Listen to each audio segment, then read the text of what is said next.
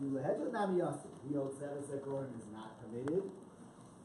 And even for an individual, it's not allowed. That's his cough there. Other play would rather show the extreme of the side of leniency. One second. Umodim. This that they learned. They all agree that it's a treifa sha'asura. They said that everybody agrees that the egg of a treifa is asur, as we've said, with the safna me'ara, when it warmed itself from the ground.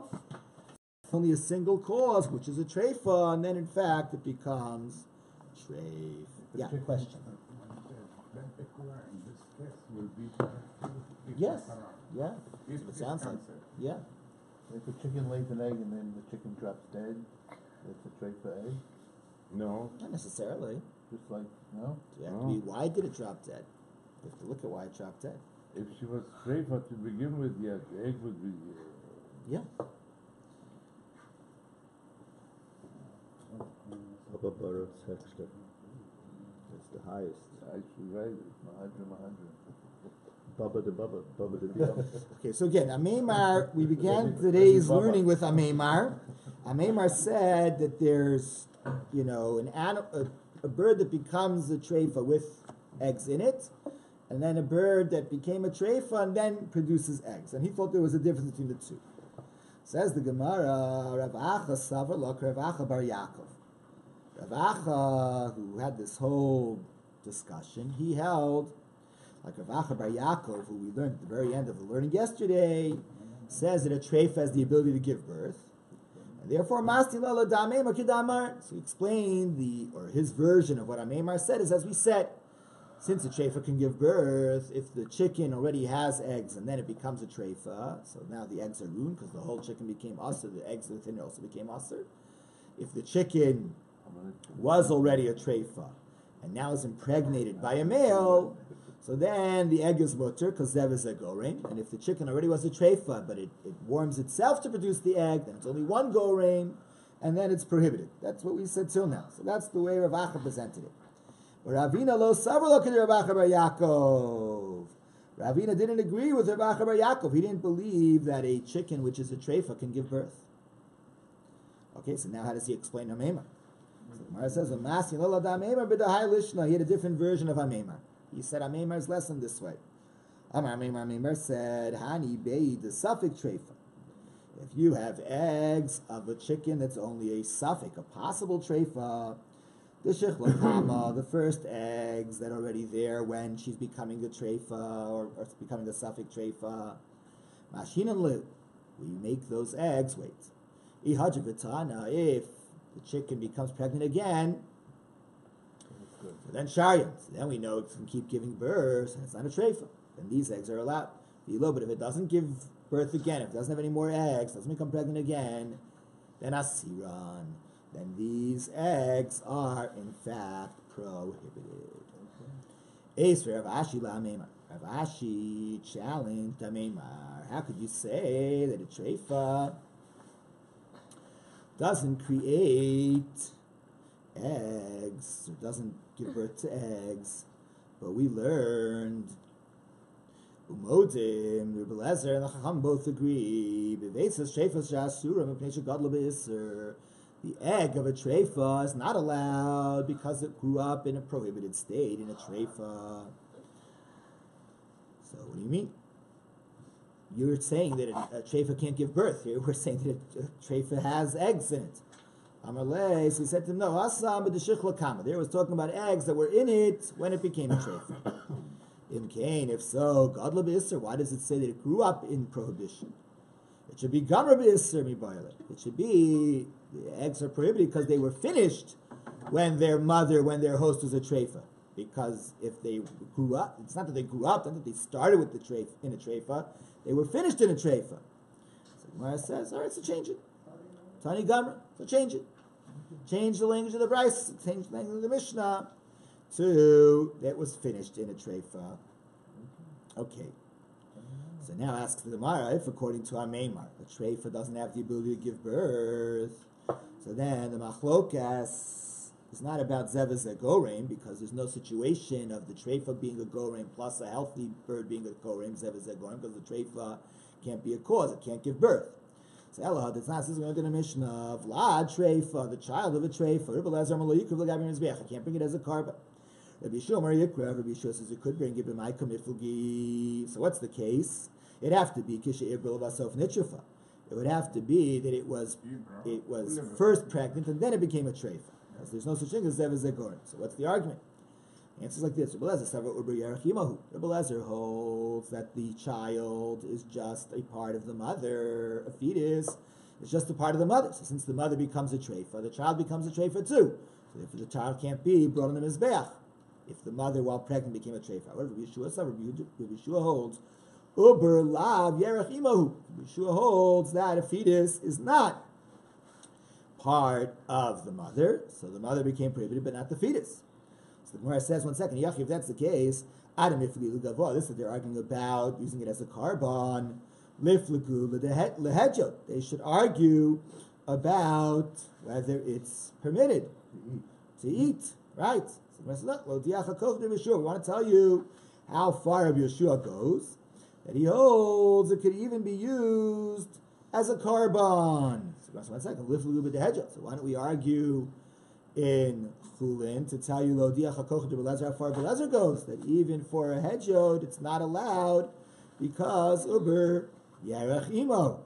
My answer is koach de tera adifle. We always want to tell you the argument to show you the most extreme leniency. How do we talk? I don't know. I didn't look it up. And this says the Gemara. This that the Brisa said there. Modim, they all agree. Vadai, they all agree, certainly bevetzas treifa shasur, that the egg of a treifa is prohibited. That's talking about the shich kama, where the chicken was pregnant, and then it becomes a treifa. My timer, what's the reason why they all agree to that? Because gufahi. Because that's different than a fetus. A fetus of an animal, you could say maybe it is yerachimo, maybe it's not yerachimo. But when you have an egg of a chicken, before the eggs come out, that's very, very, integrated with blood vessels and sinews with the chicken, and that's certainly considered yerech imo, part of the chicken. The hilchasa, and the halacha is that if you have a suffix treifa, the zachar kol 12 chodesh. If it's a male rooster, we wait 12 months. If it lasted 12 months, it's not a suffix anymore, it's kosher. In a keva, and the halach is in fact with a bird, as a female with a chicken, kol she'eni yoledes. If it didn't give birth, it's a suffix treifa. But lahalacha, if it gave birth, then it's not a treifa, because lahalacha, treifa doesn't have the ability to give birth, like the second version of the discussion of Ameimar. So any birds they brought to Beit HaMikdash were korbanot, they had to know the roots of this, bird. Who was the mother? Who was this? I guess so. You have to know a little bit, yeah. You have to know a little bit. So Amar Rav Huna. All right, now Rav Huna tells us a lesson about rodents, about shratzim. Kol bria shein bo etzem, any creature with no bones, like a worm, einu miskayim 12 chodesh, does not live for full 12 months. Can't live for 12 months. It's less than 12 months, but not 12 months, not past 12 months. Rav Papa said, Shnami Namid Rav Huna, we learned from this lesson of Rav Huna, Hadamar Shmuel, in regards to what Shmuel said about cucumbers. I think it's cucumbers. I saw another website said it was gourd. I think it's cucumbers. They say melons. Okay, kishos. So kishos, we'll say melons. Kishos, shitlia bi'ibeh, that got all wormy when it was still hard and in the ground. Asura, you're not allowed to eat those worms, because those worms, since they showed up when the thing was in the ground, those worms are considered sheretz hashoretz al aretz, rodents that crawl on the ground. But if the melon was detached from the ground and then it became wormy, so then those worms are not prohibited because they were never shoretz al aretz. They never crawled on the ground. Rabbi, just as a note here, it says the Armenian cucumbers, also known as a serpent melon, and it's a funny shape like this. All right, so there's some level of cucumbers there to it. Okay, so the Armenian cucumbers. Okay, good. So again, he shows these Armenian cucumbers, shaped liabi bea, that became all wormy when it was still in the ground. Asur, it's not allowed. All right, that's lesson number 1. Lesson number 2, Hani Tmara Dekata, dates that are in a barrel and became all wormy while in the barrel. And we don't know. Maybe they had already become wormy before they got to the barrel, when they were still on the tree. And that's already called Sheretz HaShoretz Al Haaretz.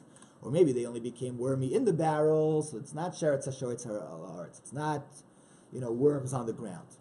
So therefore, we're not sure with these worms. So tracer yarche shata, but if it's 12 months after the dates have been picked from the tree, sharin, you can eat the dates with their worms, because the worms from the tree are dead by now. Because we just said those creatures that don't have a bone don't live more than 12 months. Worms don't have bones, so they're not going to live more than 12 months. So the only worms that are prohibited are the worms that are sheretz hashoretz al haaretz, those that crawled on the ground. If it's on the tree is attached to the ground, the dates are attached to the tree, that it's considered worms on the ground. But if the worms were created after the dates got off of the tree, so at that point, it's not sheretz hashoretz al haaretz, it's just shoretz al hapri. It's crawling on the fruit, but not on the ground. So be permitted. So therefore, when you have dates, and you picked them 13 months ago, you open the barrel's got worms, you can eat the whole thing, dates and worms, because these worms are not from the tree. Because from the tree they wouldn't have lasted this long. They wouldn't last more than 12 months. Must be these are worms that were created once it was already picked. Once it was already picked, it's not a worm of the ground, it's a worm of a fruit, and that's already permitted. So I thought that was not kosher, Rabbi, the worms. They're worse than pigs. It's true. Worms are terrible, but those are worms of the ground are terrible. But worms that are not of the ground, those are permitted. Like insects too. Well, I guess based on where you've stored your figs, your dates. Vacuum packed. It's not vacuum packed, how can you tell? I mean, back then, they also believed in It says here. creation. That's true. It says here, according to the Shulchan Aruch, the worms must be motile to be prohibited. What's motile? They move? I guess. They're alive. Yeah. So like the worms on a vegetables, like lettuce and whatever, those are from the ground, right? Yeah. So that's certainly a problem, yeah. So now we've learned some more things about insects. We're going to talk now about flies and about mosquitoes. Amar Rav said, Les baka bar yoma. Mosquitoes are not even a day old. They die the day they were created. They live a day. They live within a day. So les didva bashasan. You don't have a worm, you don't have a fly a year old. It dies within a year. So Amar Papa said to Abaye, how could you say that mosquitoes don't live out a day? They just have a day that's their lifespan is a day. But people say, they have this very colorful idiom. They say, Shev Shni Imra Baksami Baka. 7 years, the wife of the mosquito was angry with her husband, the mosquito. Because the wife said to the husband mosquito, Chazitu lebar mechuza. I saw this person of mechuza, the sacha b'maya, that he washed himself in water. The salik, he went up, and he covered himself, he wrapped himself in sheets. And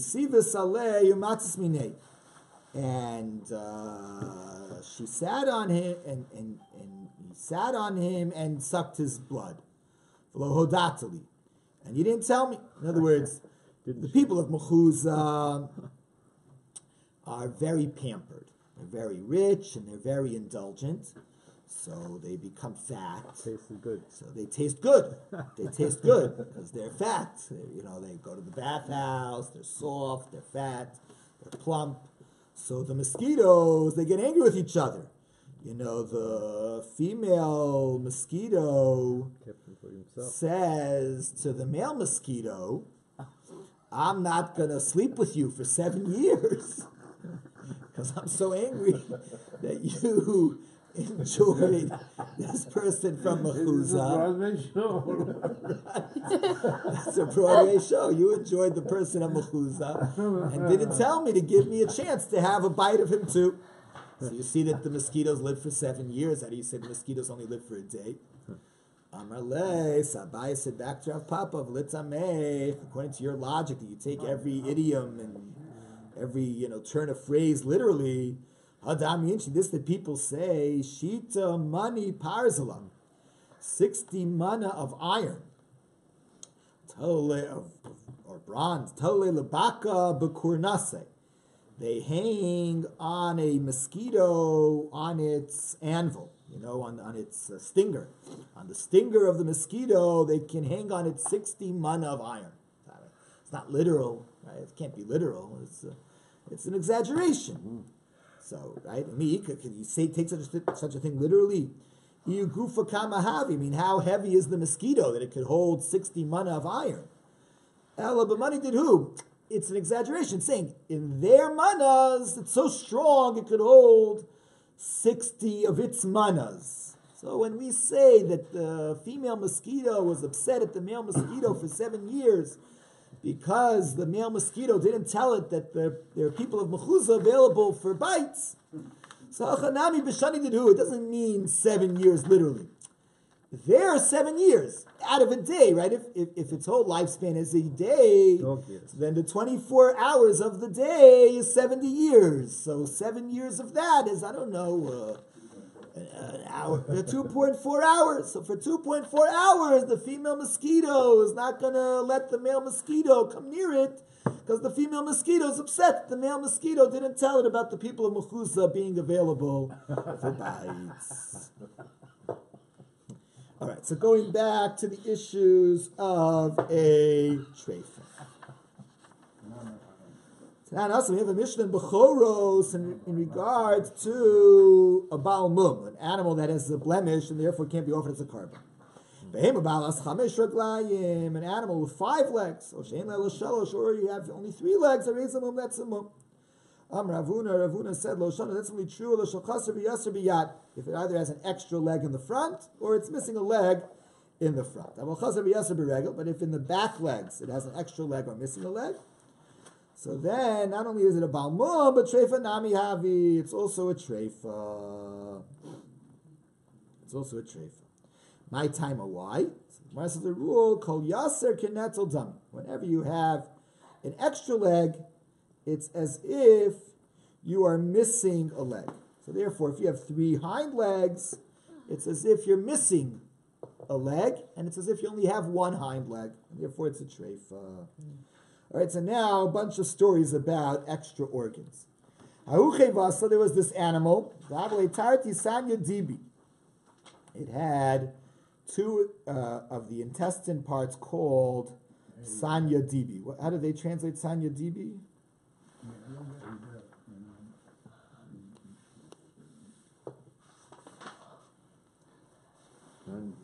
It's a very disgusting intestine part. Recticulum and umasum. All right, Aisula Ravina. They brought it in front of Ravina. V'tar from Ravuna. So he said it's a treifa based on Ravuna's lesson, because if you have 2, if you have extra, it's as if you're missing 1. Picture, yeah. Oh, we haven't gotten to that yet. That's the names that they're using up here. Okay. And if these intestines, though, pour out into each other, then sheira, that it's considered one thing. It's not considered an extra organ, and it is kosher. All right, who gufta? Gufta to have a nafkami be kase lehuvila. This is what that case is. Okay. There was a reed. Not really a reed. There was a pipe of meat going from the omasum to the. Going from the reticulum to the omasum, from the beis hakosos to the hamses. So Rav Ashi the Mitzvah, Rav Ashi thought that it is a treifa because he thought that this pipe is another intestine. So you have extra intestines. Extra intestines already is like if you're missing intestines, so that's already a treifa. Rav Huna Mar Barchia, Rav Huna Mar Barchia said to Rav Ashi, it's not a treifa because Kalhani Chevi Bere'asachi Islu. All the wild animals have it like this. All the wild animals have it like this, so it's not a treifa. All right. Another story. Hahu Gufta, there was another pipe to have a ma'abra that was going Beikasi from the Beis HaKosos, from the reticulum, le karsa, to the lower stomach. It was an extra pipe. So Savar Mar Bar Avashi Lachshura. So Mar Bar Avashi again thought it was kosher because the wild animals have these things. Amler Rav Oshaya said, no, atukulu b'chada mechita machtinu. Are you going to weave it all in a single weave? Do you think that what was said before by Rav Huna Mar Bar Chia is true about all the organs?